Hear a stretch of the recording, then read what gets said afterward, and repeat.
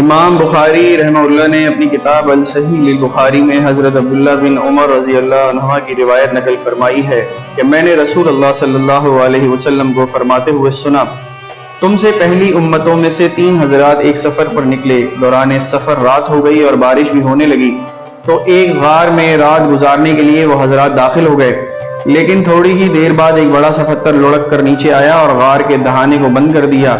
یہ دیکھ کر انہوں نے آپس میں مشورہ کیا کہ اس آزمائش سے نجات کی کیا صورت ہو سکتی ہے۔ مشورہ سے یہی طے ہوا کہ ہم میں سے ہر ایک اپنے اپنے نیک عمل کے وسیلے سے اللہ تعالیٰ سے دعا کرے۔ چنانچہ وہ اپنے اپنے عمل کے حوالے سے دعائیں کرنے لگے۔ پہلے شخص نے دعا کرتے ہوئے کہا، یا اللہ، تو جانتا ہے کہ میرے ماں باپ بوڑھے تھے اور شام کو میں سب سے پہلے انہی کو دودھ پلاتا تھا، ان سے پہلے میں اہل و عیال اور غلام و خادم کو نہیں پلاتا تھا۔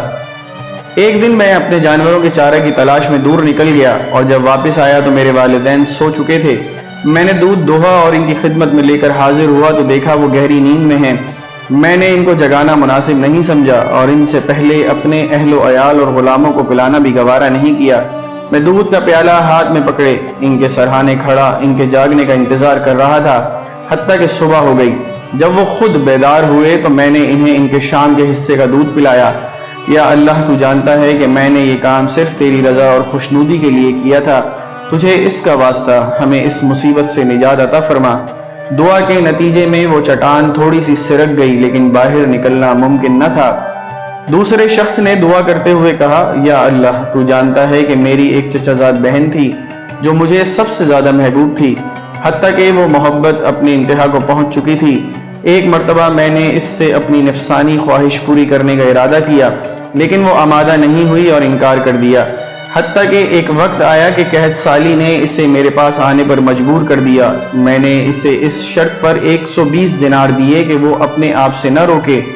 وہ آمادہ ہو گئی۔ جب میں تنہائی میں اسے لے گیا وہ ہر طرح سے میرے قابو میں آ گئی تھی، یہاں تک کہ وہ میری مکمل دسترس میں تھی۔ اسی دوران اس نے مجھ سے کہا کہ اللہ سے ڈر۔ اس کے ان الفاظ نے یا اللہ تیرا خوف میرے اوپر طاری کر دیا اور میں اس سے دور ہو گیا۔ حالانکہ وہ عورتوں میں مجھے سب سے زیادہ محبوب تھی اور میں نفسانی خواہشات کو بھی پوری کر سکتا تھا، لیکن تیرے خوف سے میں نے گناہ چھوڑ دیا۔ میں نے سونے کے وہ دینار بھی اس کو دے دیے۔ یا اللہ، اگر میں نے یہ کام تیری رضا کے لیے کیا تھا تو ہمیں اس مصیبت سے نجات عطا فرما۔ چنانچہ وہ چٹان کچھ اور سے رکھ گئی لیکن باہر نکلنے کا راستہ اب بھی بدستور ناکافی تھا۔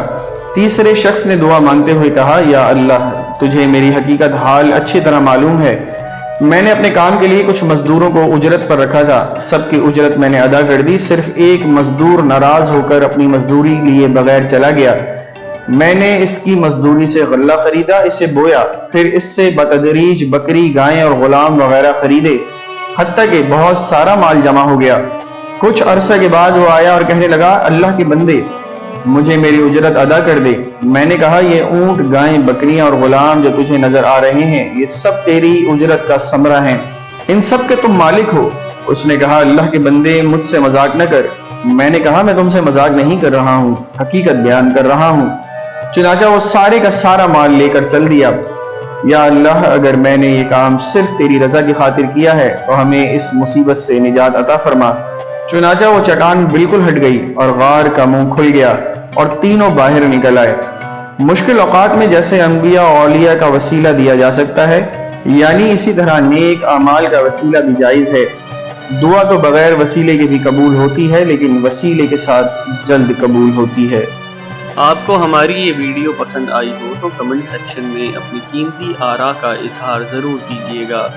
مزید ایسی ویڈیوز دیکھنے کے لیے ہمارا چینل ضرور سبسکرائب کیجیے اور ساتھ میں دیے گئے بیل آئیکن کا بٹن دبا کر نوٹیفیکیشن کو آل پر کر دیجیے تاکہ آنے والی مزید ویڈیوز آپ تک پہنچ سکیں۔ شکریہ۔